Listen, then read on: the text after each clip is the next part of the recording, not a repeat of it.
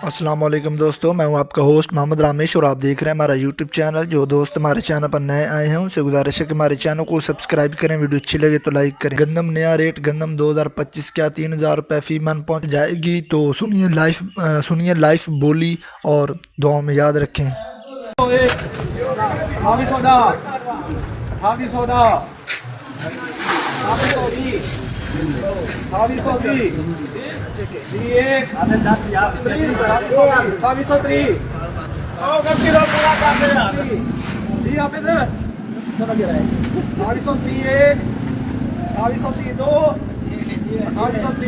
पंजाब हुकूमत जो दो गंदम की कीमतें मुकर्रर करती थी अब वो नहीं होंगी। IMF की वजह से स्पोर्ट प्राइस नहीं दी जाएगी, जबकि किसानों का मुतालबा गंदम की कीमत 4500, 5000 या 3500 रुपए होनी चाहिए। अहम तफसीलात इस वीडियो में जरा सुने आज की ताज़ा रिपोर्ट, फिर बात करते हैं आगे। वीडियो लाहौर में गंदम कैसे सस्ती बेचते हैं।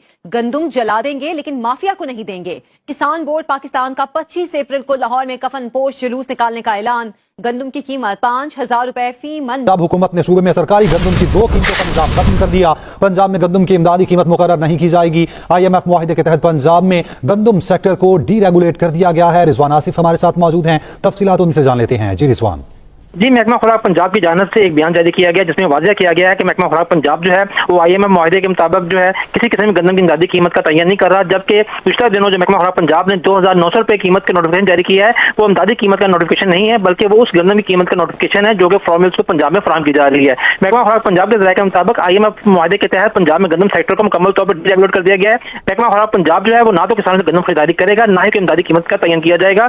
पंजाब में नई गंदम जो है वो ईद के बाद आने का इम्कान है और इस वक्त मार्केट का ये कहना है कि पंजाब में किसानों को 2500 से लेकर 2700 रुपए फी मन तक कीमत मिलने की तखमीना लगाया गया, जो कि किसानों की उम्मीदों के बरक्स है। किसानों का मुतालबा था कि कम से कम कीमत जो है 3300 से लेकर तफसीलात गई है। हमारे आने से इन्फ्लेशन कम हो गई है।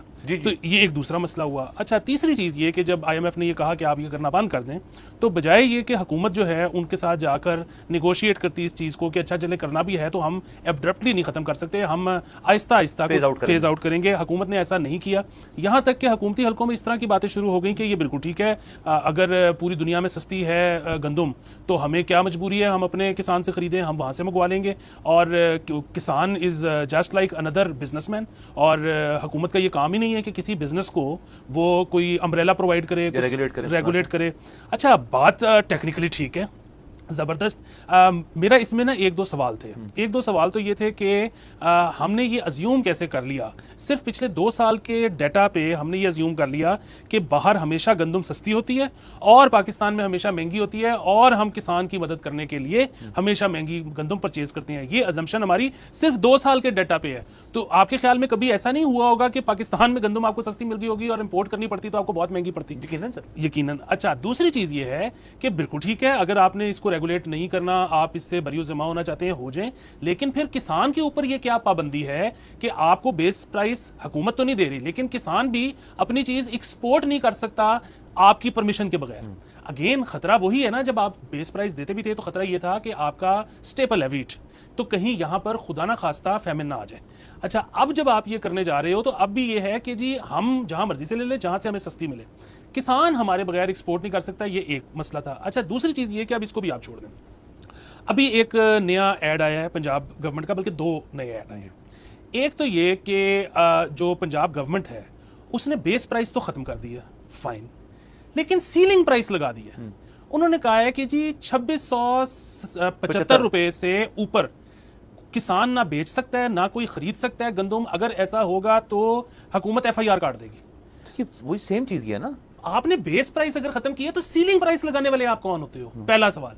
दूसरा सवाल, हुकूमत ने अब खुद जो वो किसानों से खरीदेगी 2675 रुपए की, वो बेचेगी 2900 रुपए की हुकूमत आगे।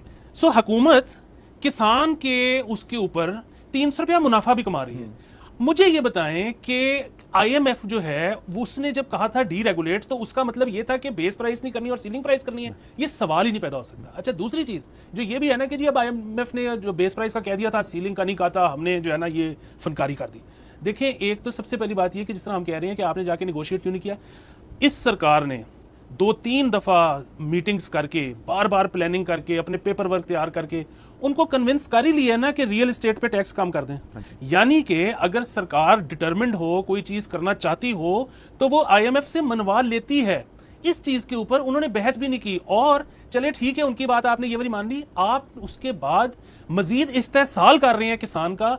खुदा का वास्ता है, ऐसे मत करें। एक तो चीज़ ये कि देखिए, जिस तरह सड़कें वगैरह बनती हैं ना, हुकूमत को बड़ा शौक होता है सड़कें, अंडरपास, पुल बनाने का, और वो सिर्फ इसलिए शौक नहीं होता कि जी वो डेवलपमेंट नजर आएगी, कोई अच्छा फ्लो ऑफ ट्रैफिक होगा, पेट्रोल कम चलेगा तो हमारा जो है इंपोर्ट बिल कम होगा, ये सारी वजूहत भी होती हैं। एक और बहुत बड़ी वजह है वो ये है कि सरकार जो है ना, वो चाहती है कि मजदूर तक पैसा पहुंचे। मजदूर के पास पैसा जाएगा, मजदूर जो है वो डबल रोटी खरीदने जाएगा, डबल रोटी खरीदेगा, किराने की दुकान के पास पैसा जाएगा, किराने की दुकान वाला जो है वो फ्रिज और फ्रीजर खरीदेगा ताकि उसकी डबल रोटी खराब ना हो, वो फ्रिज और फ्रीजर खरीदेगा तो वो इंडस्ट्रियल्स के पास पैसे जाएंगे, जिसने जो फ्रिजर फ्रीजर बनाता है, पहिया चलेगा, एक पहिया चलेगा, और मनी जो है ना वो